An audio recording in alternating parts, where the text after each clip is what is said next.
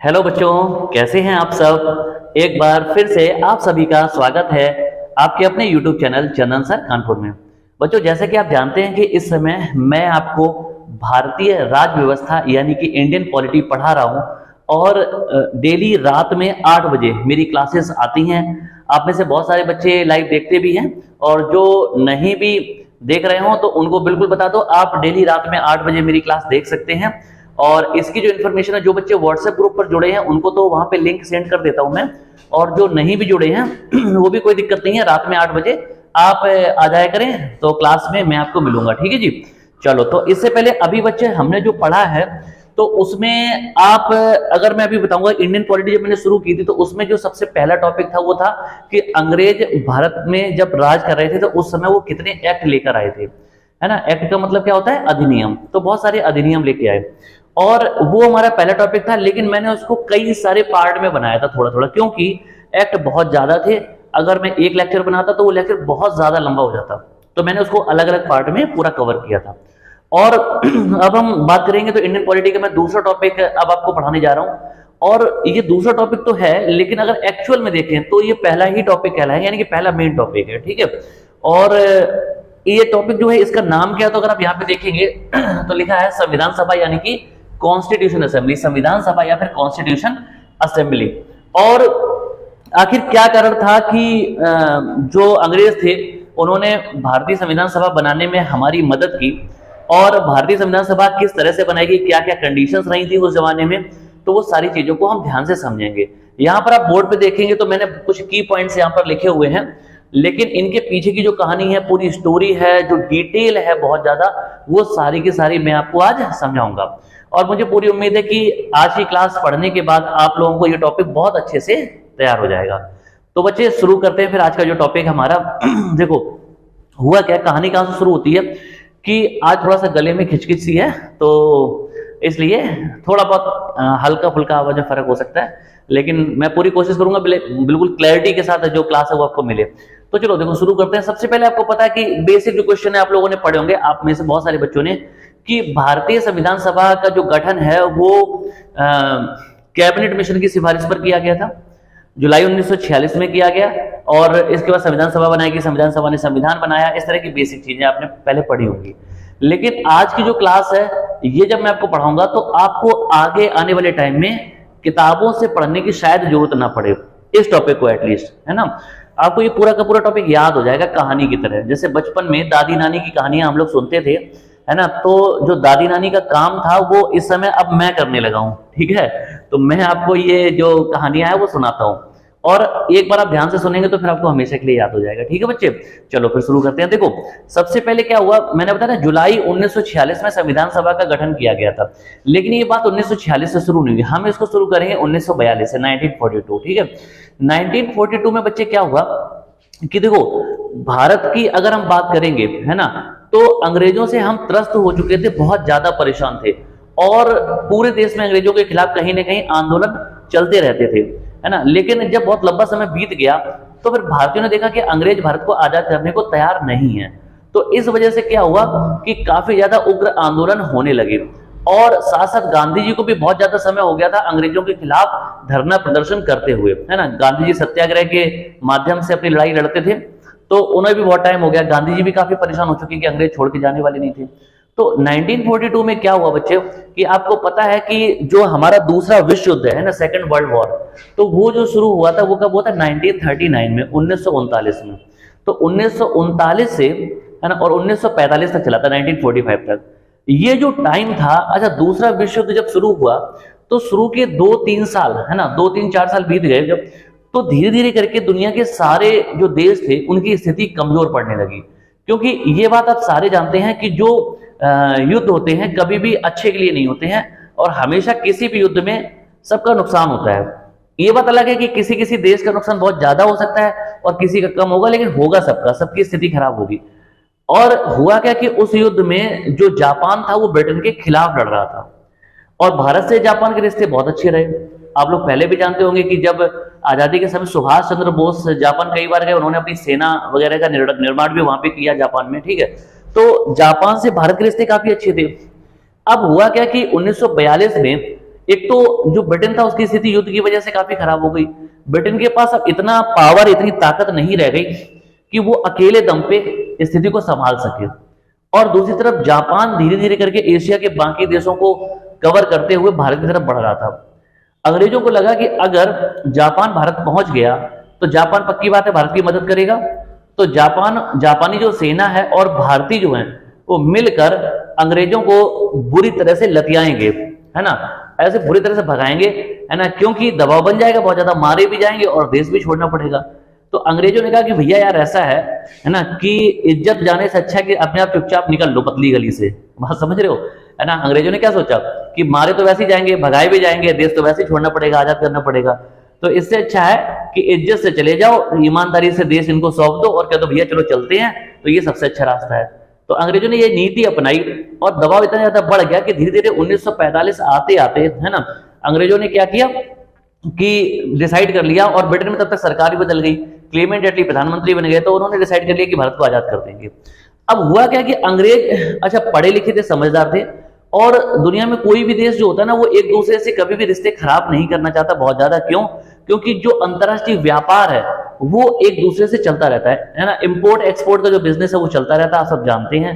जैसे आपको पता होगा कि पाकिस्तान और हमारी बिल्कुल भी नहीं बनती है ना, पाकिस्तान हमेशा उल्टे पुल्टे काम करता रहता है, खुराफात करता रहता है, बहुत खुराफाती कंट्री है, तो ये सब चलता रहता है। लेकिन इसके बावजूद भी आपने देखा होगा कि पाकिस्तान के साथ हमारा काफी ज्यादा व्यापार चलता रहता है ना। बहुत सारी ऐसी चीजें हैं जो पाकिस्तान से हमारे देश में आती हैं, और बहुत सारी ऐसी चीजें जो हमारे देश से पाकिस्तान को भेजी जाती हैं। ठीक है बच्चे, तो इसीलिए मैंने बताया ना कि दुनिया में कोई भी देश हो, ज्यादातर देशों में जो व्यापार है वो आपस में चलता रहता है।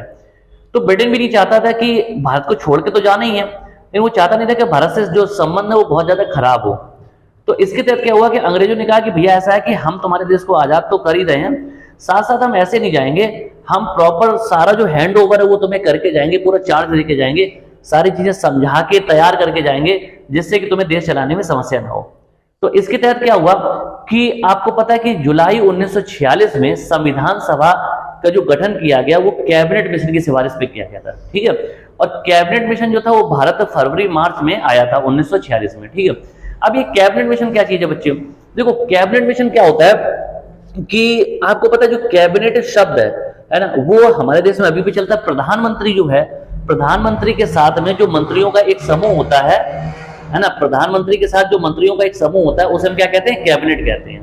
ये बात सबको समझ में आई? प्रधानमंत्री के साथ मंत्रियों का जो समूह होता है उसे क्या कहते हैं? कैबिनेट कहते हैं। ठीक है, तो अब ये कैबिनेट कौन सी है? भारत नहीं बल्कि ब्रिटेन में, ब्रिटेन के जो प्रधानमंत्री थे उस समय क्लीमेंट एटली, है ना, तो उन्होंने अपनी कैबिनेट, अपने मंत्रिमंडल के, बात समझ रहे हो, अपनी कैबिनेट के मंत्रिमंडल के कुछ मंत्री, ठीक है, कुछ मंत्री कहां भेजे? भारत भेजे। और वो एग्जैक्टली कितने मंत्री थे? तो वो थे 3 मंत्री थे। बात सबको समझ आई? ठीक है, ब्रिटेन के जो प्रधानमंत्री हैं क्लेमेंट एटली, उन्होंने अपने मंत्रिमंडल यानी कि कैबिनेट के 3 मंत्रियों को भारत भेजा, और उनका नाम क्या था? उन मंत्रियों का नाम था स्टेफोर्ड क्रिप्स, पैंथिक लॉरेंस और एबी अलेक्जेंडर। ठीक है, ये बात समझ में आई? जो 3 मंत्री भेजे गए थे उनका नाम क्या था? स्टेफोर्ड क्रिप्स, पैंथिक लॉरेंस और एबी अलेक्जेंडर। ठीक है, इन 3 मंत्रियों को भेजा। अच्छा, ये तीनों कैबिनेट के सदस्य थे, इसलिए कैबिनेट और मिशन के तहत भारत आए थे। तो इनका मिशन क्या था कि भारत में आके भारतीय नेताओं से बात करके भारत की जो संविधान सभा है उसका निर्माण करवाना। ये बात सबको समझ आ गई? तो अब इस तरह से जो कैबिनेट मिशन था वो भारत आ गया, ये 3 सदस्य भारत आ गए। भारत आने के बाद भारत के जो बड़े बड़े नेता थे उस जमाने में, है ना, सरदार पटेल, पंडित जवाहरलाल नेहरू, डॉक्टर अंबेडकर, महात्मा गांधी है, और डॉक्टर राजेंद्र प्रसाद, सच्चिदानंद सिन्हा, जितने बड़े बड़े नाम थे ना, इन सभी नेताओं से मिले और उन्होंने कहा कि ठीक है भैया ऐसा करो कि तुम लोग अपनी संविधान सभा बनाओ। तो हुआ क्या कि कैबिनेट मिशन जब भारत आया तो कैबिनेट मिशन ने यहाँ की स्थिति को देखा और ब्रिटेन की सरकार को वहां पे सूचना दी गई, और उन्होंने कहा कि ठीक है भैया अब सब ओके, ऐसा करो अपनी संविधान सभा बनाओ। तो कैबिनेट मिशन की सिफारिश पर भारतीय संविधान सभा बना ली गई, और भारतीय संविधान सभा जो बनाई गई वो कब बनाई गई? तो ये बात मैंने अभी बताई, कब? तो जुलाई 1946 में। ठीक है, जुलाई 1946 में कैबिनेट मिशन की सिफारिश पर संविधान सभा यानी कि कॉन्स्टिट्यूशन असेंबली बना ली गई। अब देखो कॉन्स्टिट्यूशन असेंबली जो है यानी कि जिसको हम संविधान सभा कहते हैं, ये एग्जैक्टली है क्या? सभा का मतलब है कि समूह, है ना, कई सारे लोग होंगे, मंत्री होंगे, तो उनका क्या होगा, समूह होगा। और बनाई क्यों होंगे, तो ये आपको पता है, देखो संविधान को बनाने के लिए, क्योंकि इतना बड़ा जो देश है हमारा, उसको चलाने के लिए क्या चाहिए, संविधान चाहिए। संविधान है क्या, बहुत सारे जो नियम कानून है उनका संकलन है, उनका संग्रह है, उनका कलेक्शन है, ठीक है। तो उसको हम संविधान कहते हैं। देश को चलाने के लिए भाई नियम कानून चाहिए ना, तो देश को चलाने के लिए हमें संविधान चाहिए था, और संविधान बनानी था हमारे देश में। तो संविधान को बनाएगा कौन, है ना, जो बड़े बड़े भारतीय नेता हैं या जो लोग हैं, एक्सपर्ट हैं, वही तो बनाएंगे। तो इसलिए उन्होंने कहा कि संविधान सभा बनाएंगे। संविधान सभा क्या करेगी, संविधान बनाने का काम करेगी। ये बात सबको क्लियर होगी। तो अब क्या हुआ कि भारतीय संविधान सभा इस पर्पज से बना ली गई। तो भारतीय संविधान सभा बनाई कब गई, तो ये मैंने आपको क्लियर बताया। यहाँ पे अगर देखेंगे, है ना, तो मैंने यहाँ पे आपको बता दिया कि जुलाई 1946 में संविधान सभा का गठन कर दिया गया। अब क्या हुआ कि जब संविधान सभा बनाई गई, है ना, तो इसमें कुल मिलाकर कितने लोग शामिल थे, तो उसमें बच्चे शामिल थे 389 सदस्य, ठीक है। जब जुलाई 1946 में संविधान सभा बनाई गई, तो उसमें संविधान जो सदस्यों की संख्या थी वो 389, 389, है ना। और ये कैसे चुने गए, तो पूरे देश में, है ना, जब देश हमारा आजाद हुआ उस समय देश में आबादी लगभग में 40 करोड़ के आसपास थी, ठीक है। देश में जो आजादी थी वो कितनी थी, आबादी कितनी थी, लगभग 40 करोड़ के आसपास थी, ठीक है। और प्रति 10 लाख की आबादी पर एक प्रतिनिधि चुना गया, ठीक है। इसको ऐसे समझेंगे, यानी कि जिस तरह से आज के जमाने में सांसद होते हैं, हमें पता है कि लोकसभा में 543 जो सांसद हैं वो चुने जाते हैं, मेरी बात समझ में आई, ठीक है। तो होता क्या है कि जिस तरह से पूरे देश से, हर क्षेत्र से आज की डेट में सांसद चुने जाते हैं, ऐसे ही उस जमाने में संविधान सभा के लिए पूरे देश से प्रतिनिधि चुने गए, और प्रति 10 लाख की आबादी पर, ठीक है, बात समझ आई। तो अब क्या हुआ कि जब चुने गए तो टोटल जो संख्या थी वो कितनी थी, 389 थी। अब इन 389 में थे कौन, तो देखो यहाँ पे सबसे पहले लिखा ब्रिटिश प्रांत से 292 थे, ब्रिटिश प्रांत से। चीफ कमिश्नर क्षेत्र से या चीफ कमिश्नरी क्षेत्र से 4 थे, देशी रियासत से 93 थे। इसका मतलब क्या, बस समझाता हूं। देखो अंग्रेज जब भारत में शासन कर रहे थे तो उस समय 2 तरह से शासन चल रहा था, 2 अलग अलग कैटेगरी में। कैसे, भारत में बहुत सारे ऐसे क्षेत्र थे, ठीक है, जहां पर अंग्रेज डायरेक्ट शासन कर रहे थे, है ना। यानी कि ब्रिटेन की जो सरकार है, ब्रिटेन में जो महारानी है ना, वो अपने पावर का इस्तेमाल करते हैं, अपने हाथों में सारा चार्ज ले रखा था और सीधा सीधा शासन कर रहे थे, ठीक है। यानी कि जो भी वहां से टैक्स की वसूली की जाती थी, जो भी व्यापार होता था, जो भी चीजें होती थी, वो डायरेक्ट करते थे, ठीक है। दूसरा क्या होता था, दूसरा जो भारत में अंग्रेज शासन कर रहे थे वो कर रहे थे देशी रियासतों के माध्यम से, देशी रियासत। अब देशी रियासत किसे कहते हैं, उस जमाने में बहुत सारे ऐसे लोकल के राजा, महाराजा, नवाब, शासक, सरदार हुआ करते थे जो कि, ठीक है, जो कि अंग्रेजों के अंडर में तो काम करते थे लेकिन अपना राजपाट उनको सौंपा नहीं था, ठीक है, समझ में आ रहा है। अपना जो राजपाट है वो उनको सौंपा नहीं था। तो इसमें क्या होता था कि जो लोकल का एरिया होता था वहां पर लोकल का जो नवाब, शासक, राजा, महाराजा जो भी है वो शासन कर रहा था, लेकिन वो जो टैक्स की वसूली करता था उसका एक काफी बड़ा हिस्सा अंग्रेजों को भेजता था। यानी कि हम कह सकते हैं कि अंग्रेजों के अंडर में रहते हुए वो लोकल का शासक अपना शासन कर रहा था।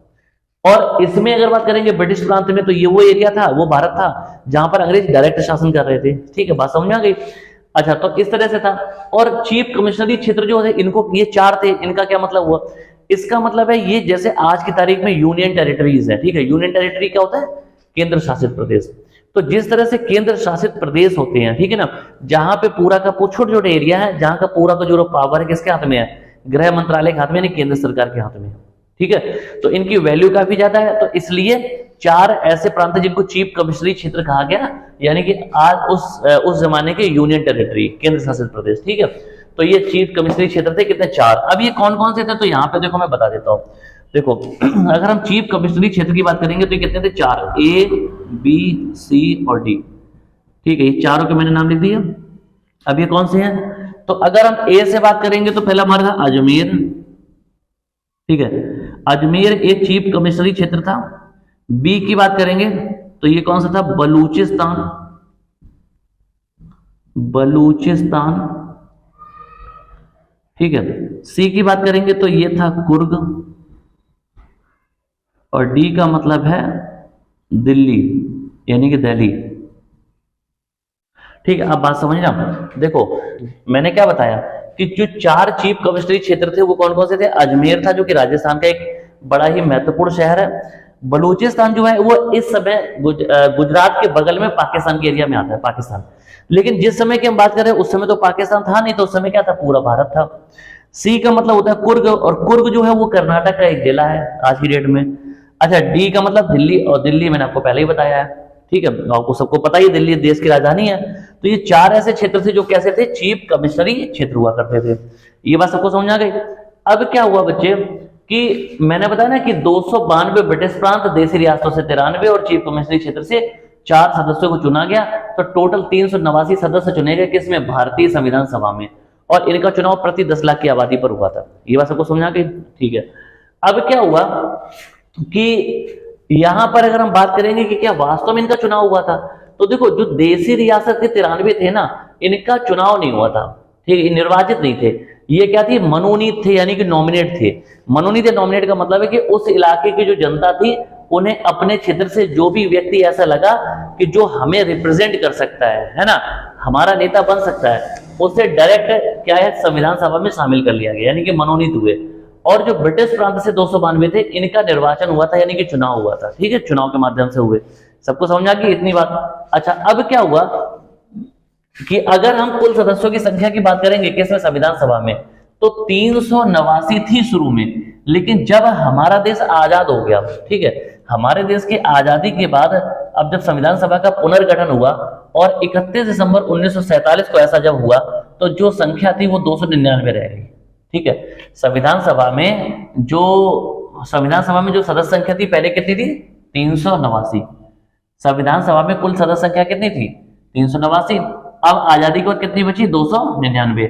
ऐसा क्यों हुआ कि देश का बंटवारा हो गया, ठीक है। जब देश आजाद हुआ साथ साथ देश का बंटवारा हो गया, पाकिस्तान भारत अलग अलग हो गए, इसकी वजह से ऐसा हुआ और सदस्य संख्या कम हो गई, 299 हो गए, ठीक है। किसी भी बच्चे को अगर यहाँ तक कोई दिक्कत हो तो पूछो।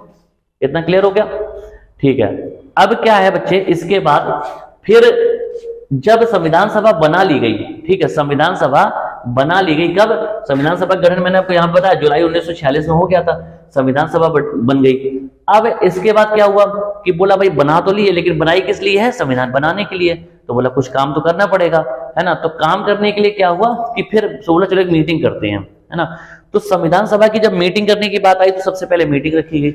मीटिंग जो पहली हुई संविधान सभा की वो नई दिल्ली में, ठीक है, स्थित काउंसिल चैम्बर के पुस्तकालय भवन में हुई थी, ठीक है। नई दिल्ली में काउंसिल चैम्बर के पुस्तकालय भवन में पहली मीटिंग हुई। अब ये है कौन सी जगह, ये वही जगह है जिसे आज की डेट में संसद का सेंट्रल हॉल कहा जाता है, सेंट्रल हॉल कहा जाता है, उसी जगह की बात हो रही है, ठीक है। तो अब क्या हुआ कि यहां पर पहली मीटिंग हुई और डेट थी 9 दिसंबर 1946, ठीक है।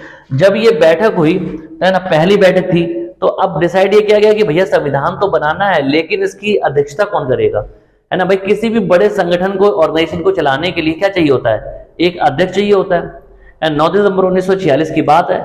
अब समस्या क्या थी, बात समझना। अच्छा, एक और यहाँ पे क्वेश्चन है कि जब पहली बैठक हुई थी, तो इस बैठक में, ठीक है, 9 दिसंबर 1946 को जब पहली बैठक हुई, तो इस बैठक में जो सदस्य थे, है ना, वो कितने शामिल हुए थे, तो इसका आंसर होगा 207, ठीक है। हमारे पास संविधान सभा में 389 सदस्य थे, कितने थे, 389, है ना, लेकिन शामिल कितने हुए थे, 207 हुए थे, बाकी हुए नहीं, ठीक है। अच्छा, बाकी कौन नहीं हुए थे, तो ये लोग कौन थे, या तो देशी रियासतों के थे, देशी रियासतों के, है ना, और या फिर मुस्लिम लीग के थे, ठीक है, मुस्लिम लीग से संबंध रखने वाले। अच्छा, अब इसका क्या मतलब है, देखो मुस्लिम लीग जो थी वो भारतीयों के साथ यानी कांग्रेस के साथ नहीं आना चाहती थी।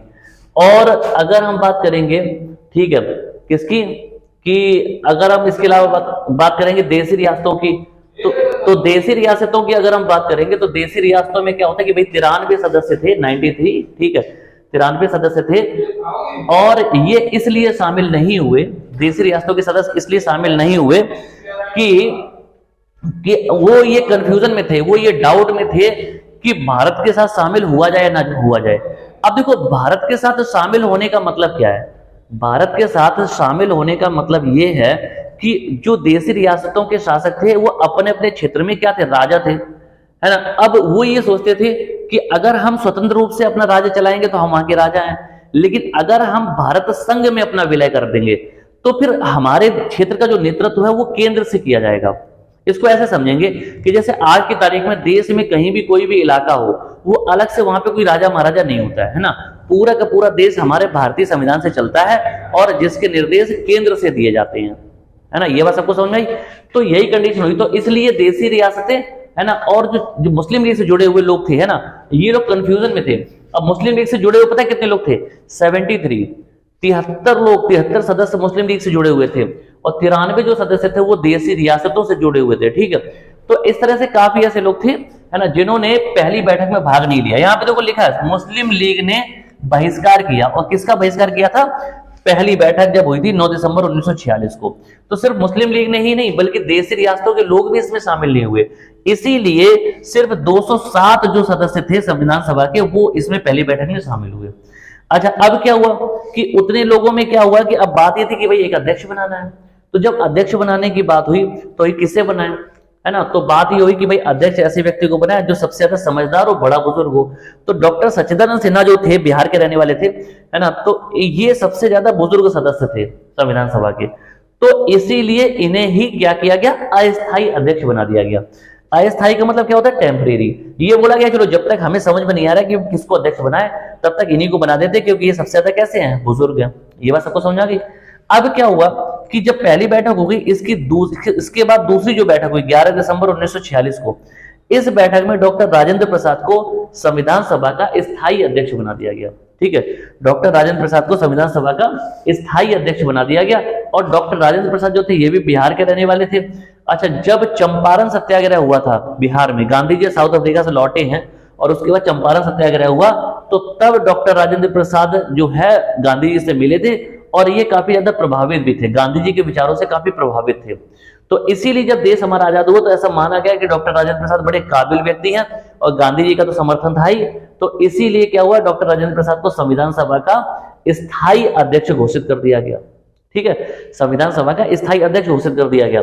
अब क्या हुआ कि इसके बाद 2 दिन के बाद फिर मीटिंग हुई 13 दिसंबर 1946। इस मीटिंग में जवाहरलाल नेहरू ने उद्देश्य प्रस्ताव पेश किया। इसका क्या मतलब है? इसका ये मतलब है ऑब्जेक्टिव। उद्देश्य प्रस्ताव का मतलब क्या होता है? ऑब्जेक्टिव। तो जवाहरलाल नेहरू ने ये बताया कि हमने संविधान सभा तो बना ली है, अब हमें जब संविधान बनाना है तो उसकी जो प्रस्तावना है ना, वो किस तरह से हमें लिखनी चाहिए, किस तरह से रखनी चाहिए, हम संविधान को बनाएंगे कैसे, वो रूपरेखा रखी हम कह सकते हैं। तो जब उद्देश्य प्रस्ताव या हम इसको ऑब्जेक्टिव कहेंगे, ये पेश किया किसने? जवाहरलाल नेहरू ने संविधान सभा के सामने 13 दिसंबर 1946 को, है ना। तो फिर क्या हुआ कि इसको पास करना था, तो जो संविधान सभा थी उसने पढ़ा और संविधान सभा इसे उसी दिन पास कर सकती थी, लेकिन संविधान सभा ने ऐसा नहीं किया, बल्कि उसी उद्देश्य प्रस्ताव को 22 जनवरी 1947 को पास किया, है ना। ऐसा क्यों? क्योंकि डॉक्टर राजेंद्र प्रसाद जो थे वो संविधान सभा के अध्यक्ष थे, है ना, तो वो चाहते तो पास कर सकते थे, लेकिन हुआ कि डॉक्टर अंबेडकर बीच में आ गए। डॉक्टर अंबेडकर ने कहा कि भैया ऐसा है कि अभी इस समय हमारे पास सारे सदस्य शामिल नहीं है ना। उन्होंने क्या कहा कि मुस्लिम लीग के सदस्य अभी शामिल नहीं हैं और देशी रियासतों वाले भी नहीं आ रहे हैं। तो डॉक्टर अंबेडकर ने कहा कि अभी रुक जाओ, है ना, अभी इस उद्देश्य प्रस्ताव को पास मत करो, मान लो बाद में कुछ लोगों को अच्छा नहीं लगा, तो उन्होंने कहा कि पहले सारे सदस्यों को आ जाने दो, है ना, तब इस सबको दिखा लेना, फिर पास करना। तो ये बात रखी उन्होंने, है ना, इसीलिए ये थोड़ा सा टाइम लग गया था। तो 22 जनवरी 1947 को उद्देश्य प्रस्ताव क्या हुआ? पास हो गया और संविधान बनाने की कहीं ना कहीं जो प्रक्रिया थी वो शुरू कर दी गई। ये बात इतनी सबको समझ में आई। अब बच्चे क्या हुआ कि अगर हम संविधान जब बनाएंगे उस पर खर्च की बात करेंगे तो 63,96,729 रुपए का खर्च आया था टोटल। इस पे संविधान को बनाने में खर्च कितना आया था? 63,96,729 रुपए का खर्च आया था, है ना। और अगर हम बात करेंगे कितने दिन में बनकर तैयार हुआ था, तो 2 साल 11 महीने 18 दिन, 2 साल 11 महीने और 18 दिन में ये बनकर तैयार हुआ था, ठीक है। अच्छा, अभी यहाँ पे हम बात करेंगे क्या कि भारतीय संविधान सभा ने हमारा जो राष्ट्रीय ध्वज है तिरंगा उसे कब अपनाया? तो उसकी डेट थी 22 जुलाई 1947, ठीक है। 22 जुलाई 1947 को क्या हुआ कि भारतीय संविधान सभा ने जो राष्ट्र ध्वज है उसको अपना लिया, कैसे? तिरंगे के रूप में, ठीक है। तिरंगा जो है राष्ट्र ध्वज के रूप में अपना लिया गया। ये बात सबको समझ आई, ठीक है। अब क्या हुआ बच्चे, आपने एक नाम सुना होगा कि एक व्यक्ति थे, उनका नाम था BN राव, BN राव, ठीक है। BN राव का मतलब है बेनेगल नरसिंह राव। बेनेगल नरसिंह राव जो थे, ठीक है, बेनेगल नरसिंह राव जो थे, वो बेनेगल नरसिंह राव अगर हम बात करेंगे तो वो संविधान सभा के सदस्य नहीं थे, बात समझ ना। संविधान सभा के सदस्य 389 लोगों में शामिल नहीं थे, लेकिन वो क्या थे, वो संविधान सभा के संवैधानिक सलाहकार थे, संवैधानिक सलाहकार थे। ठीक है, अच्छा ऐसा क्या कि जो बी.एन. राव थे ये बहुत पढ़े लिखे व्यक्ति थे, है ना, ये आईसीएस अधिकारी थे, यानी कि सिविल सर्विस अधिकारी, जिनको हम आईएएस बोलते हैं। ठीक है, तो उस जमाने में सिविल सेवा के अधिकारी थे। तो इन्होंने भारतीय जो संविधान सभा थी उसमें बहुत ज्यादा महत्वपूर्ण रोल निभाया, और सारे के सारे जो सजेशन थे, सलाह थी, वो देते रहते थे, और वो भी फ्री ऑफ कॉस्ट, कोई पैसा नहीं लेते थे। ठीक है ना। तो उन्होंने क्या किया कि बी.एन. राव जो थे वो भारतीय संविधान सभा के क्या थे, भारतीय संविधान सभा के क्या थे, संवैधानिक सलाहकार थे। ठीक है, ये बात किसी को कोई ऐसा जिसको समझ में ना आई हो। ठीक है, आगे बढ़े बच्चे। अब क्या हुआ कि जब संविधान को बनाने की पूरी तैयारी कर ली गई, देखो अभी तक जैसे मैंने आपको जितने ये वाले फैक्ट पढ़ाए हैं इनको समझेंगे। मैंने क्या बताया, संविधान सभा जब बनाएगी तो उसमें कुल 389 सदस्य थे। ब्रिटिश प्रांत से 292, चीफ कमिश्नरी क्षेत्र से 4 और देशी रियासतों से 93 सदस्यों को चुना गया था। आजादी के बाद इनकी संख्या 389 से घट के 299 रह गई, और ये बात 31 दिसंबर 1947 की है। ठीक है, संविधान सभा की कुल मिला के पहली जब बैठक हुई तो 9 दिसंबर 1946 को हुई। इस बैठक में डॉक्टर सच्चिदानंद सिन्हा ने क्या है, इनको अस्थायी अध्यक्ष बना दिया गया। ठीक है, और जब पहली बैठक हुई तो 207 सदस्यों ने भाग लिया, मुस्लिम लीग के सदस्यों ने उसमें भाग नहीं लिया, और साथ साथ जो देशी रियासतों के प्रतिनिधि थे उन्होंने भी भाग नहीं लिया। 11 दिसंबर 1946 को डॉक्टर राजेंद्र प्रसाद को स्थायी अध्यक्ष चुन लिया गया। 13 दिसंबर 1946 को उद्देश्य प्रस्ताव पेश किया गया, जिसे 22 जनवरी 1947 को पास कर दिया गया। ठीक है, मुस्लिम लीग ने देशी रियासतों ने बहिष्कार किया था, ये लिखा है। राष्ट्रध्वज 22 जुलाई 1947 को अपनाया गया, और जो खर्च हुआ था संविधान को बनाने में 63,96,729 रुपए खर्च आया था। 2 साल 11 महीने 18 दिन में संविधान हमारा बनकर तैयार हो गया था। तो इतना सबने पढ़ लिया। किसी को अगर किसी को कोई दिक्कत हो तो बताओ, अगर किसी भी बच्चे को यहां तक कोई समस्या हो तो बताओ, नहीं तो फिर मैं आगे बढ़ता हूं। तो आप लोगों ने जैसे कि यहां तक देखा कि अगर जो संविधान हमारा बनाया जाना था उसकी पूरी जो रूपरेखा थी वो तैयार हो गई। ठीक है, अब संविधान जब बनाने की बात आई तो क्या हुआ, मैंने आपको पहले ही बताया कि जो संविधान सभा बनाई गई थी उसमें शुरू में सदस्य संख्या 389 थी। इन 389 लोगों में से 33 जो सदस्य थे वो अनुसूचित जनजाति के भी थे, और साथ साथ अगर हम महिलाओं की बात करेंगे तो 15 महिलाएं शामिल थी, है ना। उस जमाने में अगर बात करेंगे तो विजय लक्ष्मी पंडित, हंसा मेहता, सुचेता कृपलानी, राजकुमारी अमृत कौर, सरोजिनी नायडू जैसी जो बहुत महान शख्सियत रही हैं, है ना, वो संविधान सभा में शामिल थी।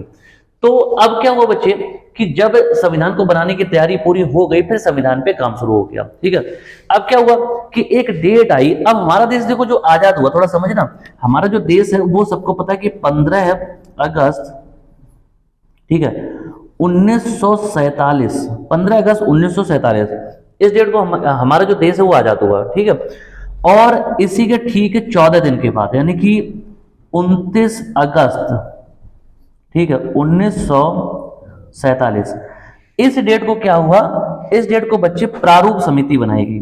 ठीक है, अच्छा, प्रारूप समिति को हम लोग कहते हैं ड्राफ्टिंग कमेटी। ठीक है, प्रारूप समिति को हम लोग क्या कहते हैं, ड्राफ्टिंग कमेटी। थोड़ा मेरी बात को समझना। अब यहां पे जो मैं बताने जा रहा हूं उसको बहुत ध्यान से समझना तो समझ में आएगा। देखो हुआ क्या बच्चे कि जब सारी तैयारियां होंगी, मैंने देखो क्या क्या बताया कि ये सारे सदस्य चुन लिए गए, ठीक है, बैठक हो गई, सारी चीजें हो गई, उद्देश्य प्रस्ताव रखा गया, पास हो गया, तो अब संविधान को बनाने की बात रहेगी। ठीक है, संविधान बनाने के लिए क्या हुआ कि संविधान सभा में जितने भी 389 सदस्य थे, भाई सबका काम क्या था, संविधान को बनाना। ठीक है, संविधान बनाना यही तो काम था, है ना। लेकिन हुआ क्या कि सारे लोग इकट्ठे तो काम नहीं कर सकते ना, तो क्या किया गया, अलग अलग टीम बना दी गई, कमेटी बना दी गई, है ना। तो हर काम के लिए अलग अलग कमेटी बनाई गई।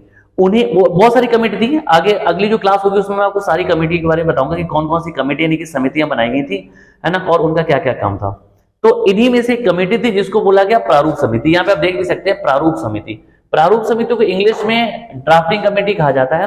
अच्छा, प्रारूप समिति वह समिति थी जिसने संविधान को लिखने का काम किया था। अच्छा, हालांकि भारतीय संविधान जो तैयार किया गया उसमें किसी भी एक व्यक्ति का नहीं बल्कि पूरे 389 सदस्यों का रोल था, क्योंकि इतनी जो भीड़ इकट्ठी की गई थी वो इसीलिए की गई थी कि भारत का संविधान बनाया जा सके, है ना। तो संविधान को बनाने में बहुत सारे लोगों का योगदान था, है ना, बहुत सारे ऐसे लोग थे। मैंने बताया ना कि जैसे बी.एन. राव का भी मैंने नाम बताया, बी.एन. राव भारतीय संविधान सभा में शामिल नहीं थे, वह एक सिविल सर्विस के अधिकारी, सिविल सर्विसेज अधिकारी थे, लेकिन फिर भी उन्होंने बहुत मदद की और कोई फीस नहीं ली, फ्री ऑफ कॉस्ट उन्होंने बहुत सारी मदद की। तो कहने का मतलब क्या हुआ कि बहुत सारे लोगों ने मिलकर भारतीय संविधान की बात कही, लेकिन जब अगर अगर जो काम था, कह सकते लिखने का काम था, तो संविधान को लिखने का जो काम था वो काम सौंपा गया ड्राफ्टिंग कमेटी को, यानी कि प्रारूप समिति को। अब प्रारूप समिति जो थी, भारत आजाद होने के बाद 29 अगस्त 1947 को प्रारूप समिति का गठन कर दिया गया और इस समिति में 7 सदस्य शामिल किए गए। ये 7 कौन से लोग थे? जिनको अच्छी खासी नॉलेज थी, है ना, संविधान की। और इसका जो मुखिया यानी कि अध्यक्ष बनाया गया वो डॉक्टर अंबेडकर को बनाया गया।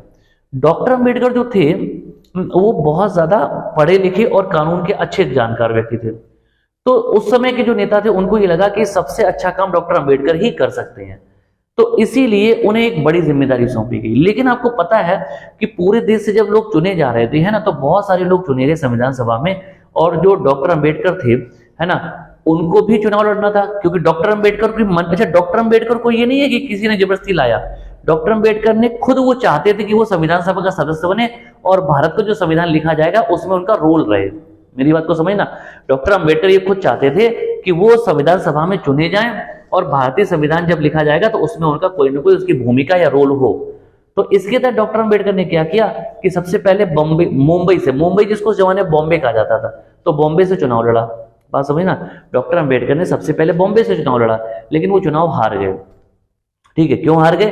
क्योंकि आप जानते हैं कि उस जमाने में क्या कंडीशन थी, है ना, छुआछूत और बाकी सारी चीजें बहुत ज्यादा थी, है ना, तो लोग नहीं चाहते थे कि डॉक्टर अंबेडकर चुनाव जीते और संविधान सभा में जाएं, तो चुनाव हार गए। लेकिन डॉक्टर अंबेडकर ने तो भाई तय कर लिया था कि उन्हें जाना है, कुछ भी हो जाए, है ना, तो उन्होंने क्या किया, उन्होंने फिर से प्रयास शुरू कर दिए। जब उन्होंने फिर से प्रयास किए, है ना, तो क्या हुआ कि बंगाल का जो क्षेत्र था, बात समझ ना, बंगाल का जो क्षेत्र था, वहां से डॉक्टर अंबेडकर दोबारा से चुनाव में खड़े हुए और डॉक्टर अंबेडकर की जो मदद थी वो मुस्लिम लीग ने की।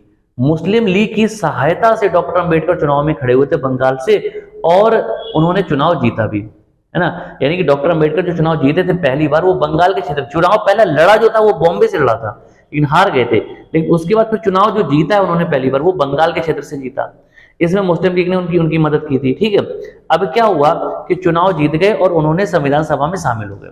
लेकिन जब हमारा देश आजाद हुआ, है ना, तो आपको पता है कि भारत और पाकिस्तान नाम से 2 अलग अलग देश बना दिए गए। और पाकिस्तान जो था जब आजाद हुआ था तो पाकिस्तान 2 हिस्सों में बटा हुआ था। एक तो पाकिस्तान जो अभी है और दूसरा जो बांग्लादेश अभी है वो भी पाकिस्तान हुआ करता था। उसको उस जमाने में पूर्वी पाकिस्तान कहते थे, है ना। बाद में 1971 में जब युद्ध हुआ, है ना, तो भारत और पाकिस्तान का, तो उस युद्ध में भारत ने बांग्लादेश को आजाद करा दिया पाकिस्तान से। ठीक है, तो 1971 से पहले वो पूर्वी पाकिस्तान कहलाता था, अब वो बांग्लादेश कहलाता है। ठीक है ना। तो अब क्या हुआ कि डॉक्टर अंबेडकर इसी क्षेत्र से क्या थे, संविधान सभा के क्या थे, सदस्य थे। ठीक है, अब हुआ क्या कि जब भारत और पाकिस्तान का बंटवारा हो गया तो जो क्षेत्र था डॉक्टर अंबेडकर का वो पाकिस्तान में चला गया। अब पाकिस्तान में चला गया तो फिर से वो संविधान सभा के सदस्य नहीं रह गए। तब उन्होंने जाके फिर से चुनाव लड़ा, कहां से, बॉम्बे से। इस बार उन्होंने फिर से और चुनाव लड़ा। तो इस बार जब चुनाव लड़ा था तो ऐसे नहीं, इस बार क्या हुआ कि डॉक्टर राजेंद्र प्रसाद को लगा कि हाँ इनकी वास्तव में जरूरत है। तो डॉक्टर राजेंद्र प्रसाद ने बॉम्बे में उस समय, है ना, उस समय जो वहां उस पद पर जो नेता थे उनका नाम था M.R. जयकर, है ना। M.R. जयकर को लिखा कि भाई साहब ऐसा है कि डॉक्टर अंबेडकर को यहाँ से चुनाव लड़ाना है, तो इसलिए आप अपनी सीट से इस्तीफा दे दो। तो M.R. जयकर ने अपनी सीट की कुर्बानी दी, अपनी सीट से इस्तीफा दे दिया। उसके बाद डॉक्टर अंबेडकर को बॉम्बे से चुनाव लड़ाया गया और वहां से जीते जब ये, फिर संविधान सभा में दोबारा से शामिल हो गए। बात समझ आई। तो डॉक्टर अंबेडकर जो थे उनकी अध्यक्षता में प्रारूप समिति का गठन किया गया, इनको अध्यक्ष बना दिया गया। और डॉक्टर अंबेडकर के अलावा उसमें और भी 6 सदस्य थे, जिसमें से N. गोपाल स्वामी अयंगर, अल्लादी कृष्णा स्वामी अय्यर, कन्हैयालाल माणिकलाल मुंशी, सैयद मोहम्मद सादुल्ला, N. माधव राव और D.P. खेतान शामिल थे। अच्छा, N. माधव राव, B.L. मित्र जो पहले इसमें शामिल किए गए थे उनकी जगह पर N. माधव राव को लाया गया। ठीक है, और D.P. खेतान जब थे तो इनके बाद क्या हुआ, बाद में T.T. कृष्णमाचारी को इसमें शामिल किया गया जब इनकी डेथ हो गई। ठीक है, जब इनकी मृत्यु होगी तो इनकी जगह पे T.T. कृष्णमाचारी को शामिल किया गया। तो कुल मिला के 7 सदस्य थे प्रारूप समिति में और इस समिति का काम क्या था, संविधान को लिखना। एक बच्चे और क्वेश्चन पूछा जाता है कि भारतीय संविधान पूरी तरह से हस्तलिखित है, यानी कि हाथ से लिखा गया है, तो भारतीय संविधान को पहली बार पूरी तरह से हाथ से किसने लिखा था? तो उन व्यक्ति का नाम था श्याम बिहारी रायजादा। श्याम बिहारी रायजादा, इन्होंने भारतीय संविधान को हाथ से लिखा था पूरा का पूरा। ठीक है बच्चे, तो अब क्या हुआ कि ये प्रारूप समिति बन गई। प्रारूप समिति ने क्या किया, संविधान को लिखना शुरू कर दिया। ठीक है, अब भारतीय संविधान ऐसे नहीं लिखा गया। भारतीय संविधान जब लिखा गया तो उससे पहले जो भारतीय नेता थे, जो टीम थी, उसने दुनिया के 60 से 65 देशों के संविधान को रिव्यू किया, समझा उनको कि भाई क्या क्या चीजें हैं, जिस देश के संविधान से जो चीज अच्छी लगी वो उसको उठा के अपने देश के संविधान में शामिल कर लिया। ठीक है, कुछ चीजें अपने हिसाब से जोड़ी, कुछ घटाई गई और इस तरह से प्रॉपर एक संविधान बनके तैयार हो गया। ठीक है, जब इस संविधान बनके तैयार हुआ तो इस पे कुल मिलाकर 3 वाचन हुए। यानी क्या वाचन क्या होते हैं कि जैसे संविधान बनाया गया और उसके बाद क्या होता था, संविधान बनाया फिर उसका मीटिंग होती थी, किसकी, संविधान सभा की। तो मीटिंग, संविधान सभा की मीटिंग का मतलब ऐसा होता है जैसे संसद की मीटिंग होती है आज की डेट में। ठीक है, सारे लोग आए, सारे सदस्य जो संविधान सभा के होते थे उनके सामने आपस में डिस्कशन हुआ। बहस का मतलब, वाचन का मतलब क्या है, डिस्कशन, है ना। तो डिस्कशन होता था कि भैया ये चीजें देखो हमने संविधान में लिख दी है, आप लोग चेक कर लो सही है कि नहीं है। तो सबने देखी, चेक की, अगर वो चीज अच्छी लग रही है तो ठीक है, नहीं लग रही है तो उसमें बताया गया कि चीज ठीक नहीं है, इसको हटा दो या इसमें बदलाव कर दो, है ना। तो इस तरह से क्या है, कुल मिलाकर 3 वाचन हुए किस पर, जो संविधान बनाया गया। ठीक है, पहला वाचन 4 नवंबर 1948 से 9 नवंबर 1948 तक चला। दूसरा 15 नवंबर 1948 से 17 अक्टूबर 1949 तक चला। तीसरा 14 नवंबर 1949 से 26 नवंबर 1949 तक चला। तो 3 वाचन हुए और तीनों वाचन में कुल मिला के जो बहस हुई यानी कि चर्चा हुई वो 114 दिन हुई। जो चर्चा हुई कितने दिन हुई, 114 दिन हुई। अच्छा, अब क्या हुआ कि जब संविधान बन गया तो 26 नवंबर 1949 को संविधान बनकर तैयार हो गया।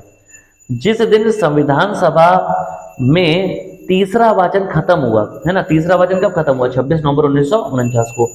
इसी दिन क्या हुआ कि भारतीय संविधान सभा के द्वारा पारित कर दिया गया, यानी कि पास कर दिया गया और मान लिया गया कि हाँ भारतीय संविधान बनकर तैयार हो गया। ठीक है, तो संविधान सभा ने भारतीय संविधान को कब स्वीकार किया, तो वो किया 26 नवंबर 1949 को। अच्छा, एक इंपॉर्टेंट फैक्ट है कि जब हमारा देश आजाद हो गया तो आजादी के बाद जो सदस्य संख्या है वो 299 बची थी संविधान सभा में, 299 है ना। लेकिन जिस दिन संविधान बनकर तैयार हुआ उस दिन 284 सदस्य ही उपस्थित थे। 284 सदस्य क्या थे, उपस्थित थे और इन्होंने ही सिग्नेचर यानी कि साइन किए थे। ठीक है, अब भारतीय संविधान जब बनकर तैयार हो गया, है ना, तो फिर हुआ क्या कि बोला भैया इसको लागू करना है, लेकिन संविधान लागू नहीं किया गया। 26 नवंबर 1949 को संविधान लागू नहीं किया गया और इसे 2 महीने वेट किया गया, इंतजार किया गया और 26 जनवरी 1950 को लागू किया गया।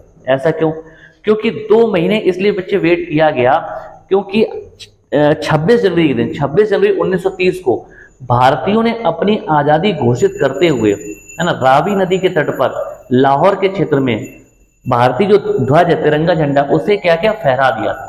बात समझा कि जो तिरंगा झंडा फहराया गया तो इसी वजह से क्या हुआ, तिरंगा झंडा जब फहराया गया तो इसी वजह से क्या हुआ कि उस दिन को यादगार बनाने के लिए, मेमोरेबल बनाने के लिए, है ना, वेट किया गया।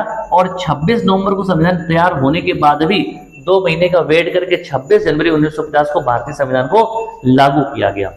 अच्छा, अब भारतीय संविधान जब बनकर तैयार हुआ था, जो मूल संविधान था उसमें 395 अनुच्छेद थे, 8 अनुसूचियां थी और 22 भाग थे। ठीक है, ये बात समझ में आ गई। अच्छा, ये मैंने आपको बताया, लेकिन क्या हुआ कि जब 26 नवंबर 1949 को संविधान बनकर तैयार हुआ तो उस दिन 16 आर्टिकल लागू कर दिए गए थे, है ना। टोटल 395 आर्टिकल थे, अनुच्छेद थे, लेकिन 16 ऐसे आर्टिकल या अनुच्छेद थे जिनको लागू कर दिया गया जो बहुत जरूरी थे, और बाकी बचे हुए सारे के सारे आर्टिकल 26 जनवरी 1950 को लागू कर दिए गए। ये बात समझा कि संविधान सभा के बच्चे आखिरी बैठक हुई। अच्छा, 26 जनवरी 1950 को देश का संविधान लागू हो गया, लेकिन संविधान लागू होने से ठीक 2 दिन पहले 24 जनवरी 1950 को भारतीय संविधान सभा की आखिरी बैठक हुई और उस बैठक में डॉक्टर राजेंद्र प्रसाद को निर्विरोध चुन लिया गया, क्या, राष्ट्रपति के रूप में, है ना। यानी कि डॉक्टर राजेंद्र प्रसाद जो थे वो निर्विरोध निर्वाचित हुए राष्ट्रपति के पद पर 24 जनवरी 1950 को। ठीक है, और फिर इसके बाद क्या, उसी डेट को 24 जनवरी 1950 को जो जनगण है, जनगण मन है, उसे भारत का राष्ट्रगान घोषित कर दिया गया, यानी कि राष्ट्रगान के रूप में अपना लिया गया 24 जनवरी 1950 को। और 2 दिन बाद 26 जनवरी 1950 को जो भारत का राष्ट्रीय गीत है वंदे मातरम, है ना, उसे भी भारतीय संविधान सभा के द्वारा अपना लिया गया। ये बात सबको समझ में आई। ठीक है, तो जब इस तरह से हुआ तो डॉक्टर राजेंद्र प्रसाद बच्चे जो थे, डॉक्टर राजेंद्र प्रसाद थे, वो भारत के राष्ट्रपति कब बने, 1950 में ही बन गए थे। ठीक है। जो डॉक्टर राजेंद्र प्रसाद थे वो राष्ट्रपति कब बने? 1950 में। लेकिन उस समय जो राष्ट्रपति बने थे वो निर्विरोध निर्वाचित हो गए थे, यानी कि हम कह सकते हैं कि संसदीय शासन व्यवस्था के तहत वो चुनाव नहीं जीते थे और उन्होंने संविधान सभा ने डायरेक्ट उनको राष्ट्रपति बना दिया था। लेकिन हुआ क्या कि जब 1952 में, है ना, चुनाव हुए 1952 में, आपको पता है कि जो लोकसभा के चुनाव 1951 के लास्ट में शुरू हुए थे, 1952 तक चले थे, ठीक है। तो 1952 में जब लोकसभा के चुनाव हुए, फिर राज्यसभा के चुनाव हुए और उसका संसद का निर्माण हो गया। उसके बाद व्यवस्थित तरीके से डॉक्टर राजेंद्र प्रसाद का चुनाव किया गया था, चुनाव हुआ और निर्वाचित किए गए राष्ट्रपति के रूप में, ठीक है। तो संसदीय शासन व्यवस्था के तौर पर 1952 में, और अगर संविधान सभा के द्वारा देखें तो 1950 में डॉक्टर राजेंद्र प्रसाद को राष्ट्रपति बनाया गया था और उसके बाद 1962 तक ये राष्ट्रपति पद पर रहे। और कहीं ना कहीं देखा जाए तो डॉक्टर राजेंद्र प्रसाद राष्ट्रपति तो रहे, साथ साथ जब संविधान सभा के अध्यक्ष थे तब भी वो लगभग कह सकते हैं राष्ट्रपति की हैसियत से ही काम कर रहे थे, ठीक है बच्चे। तो ये जो हमारा टॉपिक था थोड़ा सा बड़ा टॉपिक है, लंबा टॉपिक है, क्लास काफी लंबी चली है, लेकिन मैंने सारे जो पॉइंट है उनको कवर करने की कोशिश की है। और अगली जो हमारी क्लास होगी उसमें मैं आपको बताऊंगा कि जब भारतीय संविधान सभा बनाई गई तो उसकी कौन कौन सी कमेटी यानी कि समितियां बनाई गई, और इसके अलावा अंतरिम जो सरकार बनी थी, अंतरिम मंत्रिमंडल बना था, देश के आजाद होने से पहले जो मंत्रिमंडल बना और देश की आजादी के बाद स्वतंत्र भारत का जो पहला मंत्रिमंडल बना था उसमें कौन कौन से लोग शामिल थे और कैसे कैसे बनाया गया, वो चीजें मैं आपको अगली क्लास में बताऊंगा, ठीक है बच्चों। तो आज की क्लास कैसी लगी जरूर बताएं, अगर ढंग से पढ़ा होगा तो आपको बिल्कुल समझ में आया होगा, और लाइक शेयर सब्सक्राइब जरूर करें। बस इतना ही आपसे कहना है, तो मिलते हैं जल्दी अगली क्लास के साथ, तब तक के लिए नमस्कार, जय हिंद बच्चों।